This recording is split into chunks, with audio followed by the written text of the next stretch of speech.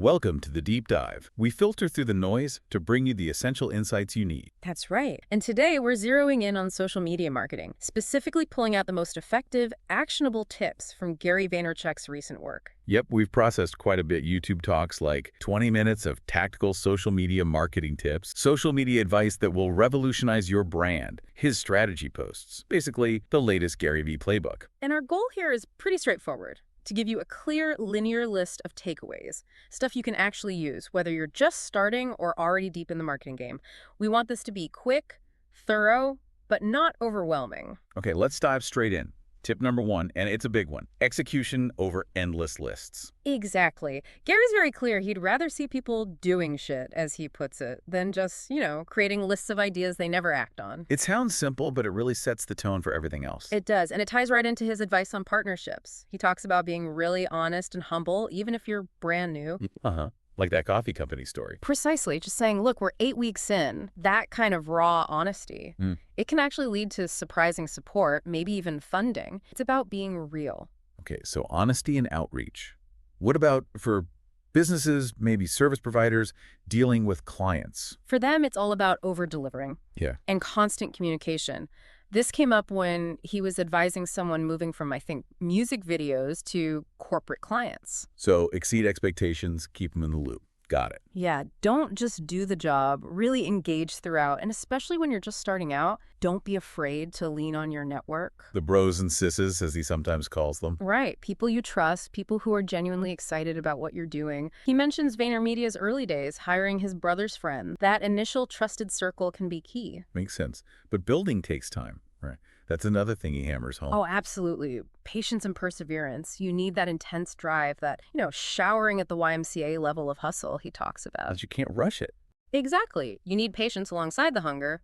Otherwise, you risk getting, fucked up, as he says, by wanting success too fast. It's a marathon. And sometimes that marathon requires intense focus on one leg of the race, doesn't it? Definitely. There are periods where you need laser focus. Think about his 12 years building wine library, then switching all his energy to VaynerMedia, even pausing his own content. That's a big commitment. It is. But the point is defining what success actually looks like for you. That dictates where your focus needs to be. And tied to that patience, maybe, is giving yourself some grace. Being okay if things slow down sometimes. Yeah, being comfortable with being uncomfortable, essentially. Growth isn't always a straight line up. Gary's talked about years where he didn't push his personal brand growth intentionally. It's okay to shift focus or have slower periods. All right, let's talk content creation. What's the core advice there? It boils down to do what you feel, authenticity. Don't get paralyzed trying to figure out the absolute perfect strategy. So trust your gut. Pretty much. Trust your stomach, as he might say. Yeah. And don't ditch an approach just because it doesn't blow up overnight. Give it some time. Okay, so you're creating authentic content. Where does it go? Everywhere relevant. That's a huge point for him. YouTube, TikTok, Instagram, Facebook, LinkedIn, Snapchat Spotlight, Twitter. Adapt it for each one. Adapt. How so? Tailor it.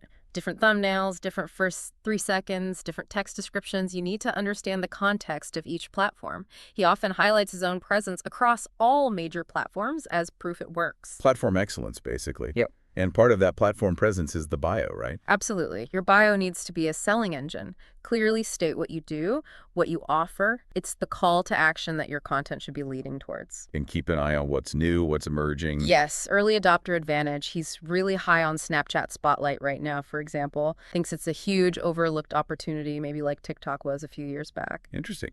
Any other emerging trends he's focused on? Live shopping, definitely. Platforms like TikTok Shop, whatnot. He sees massive potential there for direct sales. He's done it himself, selling his VeeFriends collectibles live. Got it. Okay, another content source he mentions. Yeah. Filming your talks. Right. If you do any public speaking, record it. That long-form content is gold. You can slice it and dice it into tons of short-form clips for social. He credits that for helping him get onto bigger stages. And the underlying principle for all this content. Value first. Always. Give your audience something useful, insightful, entertaining before you ask for the sale. Build trust, provide value, and the conversions often follow naturally. How do you know what's valuable, what's working? Track your organic reach. Those organic views are your North Star. When a piece of content takes off organically, that tells you something important. And you can use that information. Exactly. It informs your whole strategy, including what you might want to put paid advertising behind. Speaking of branding, personal versus business. Does it matter how strictly you separate them? Less and less, according to Gary.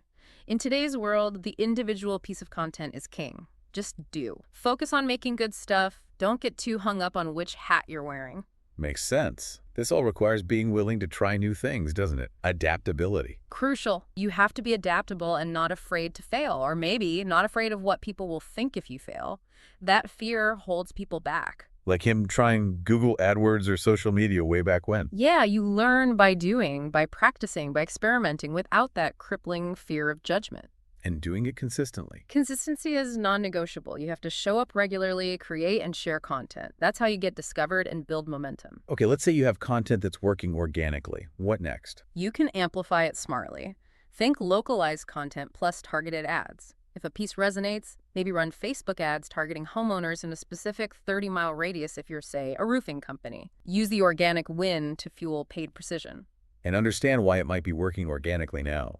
Yes, because platforms are shifting. It's less about just who follows you and more about interest media algorithms showing content based on what the user actually likes and engages with, regardless of following. So niches matter more. Potentially, yes. Content needs to resonate with specific interests to get picked up by the discovery engines. What about people who are just resistant to social media, making excuses? Gary's pretty blunt about that. Complacency, fear of tech, ideological issues with platforms. He argues that business doesn't really care about your feelings on the matter. If you want to grow, you need to be where the attention is. And even content that doesn't perform well isn't a total loss. Not at all. It's data.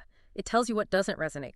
Content creation is partly market research. You're constantly learning about your audience. He also talks about balancing different kinds of tactics, right? Scalable and not so scalable. Exactly. You need the broad reach, the automation. But don't neglect the unscalable stuff like small dinners with key potential clients. Those intimate interactions build deep relationships and can even spark content ideas. It all seems to ladder up to something bigger than just sales numbers. It does. It ladders up to building a brand. That's the long game. Creating something people recognize, trust, and frankly give a fuck about beyond just the transaction. Your story, your personality become assets. Huge assets. That's what differentiates you and protects you when competition inevitably heats up. What if you're working with established ideas like existing IP? Modernize the message. Keep the core principles solid, but update the examples, the delivery, the context so it connects with today's audience. Makes sense. Any specific advice for podcasters in the audience? Be strategic with guests. Don't just pick people for clout within your niche. Think about who your ideal customer is and invite guests whose audience overlaps with that. Use it for lead generation, not just authority building. Good point. And don't write off platforms too quickly. Definitely not. Don't assume based on headlines. He points out platforms like Facebook still have huge, sometimes surprising user bases, like lots of 20, 30-year-olds, for example. Look at the actual data for your audience. So the flow seems to be create organic, see what works. Organic first, then paid. Find those organic hits, then adapt them into ads. Often, that real resonated content outperforms slick AI-generated stuff. And put yourself in situations where good content can actually happen. Yeah, structure your days, your activities to create opportunities for authentic, engaging moments you can capture. Position yourself to make great content. And the final piece, maybe underlying all of this, is learning quickly. Absolutely. Get over the fear of failure. Stop worrying so much about what others think. You learn new things by doing them, by practicing, by iterating. Wow. Okay, so wrapping this up, this deep dive into GaryVee's recent thinking really emphasizes a mix, doesn't it? It's relentless execution. Combined with smart, platform-specific content, real authenticity, and that crucial long-term focus on building an actual brand people connect with. So we've tried to give you a direct shortcut to these effective strategies right from the source material. Hopefully a clear list you can work with. So for you listening, think about which of these tips really hits home right now. What's one thing, one concrete action you could experiment with this week based on this? And looking ahead, in this constantly shifting digital world, how will you strike that balance? The balance between the immediate tactical wins and the slower foundational work of building a truly meaningful brand on social media. What's maybe one uncomfortable step you know you need to take?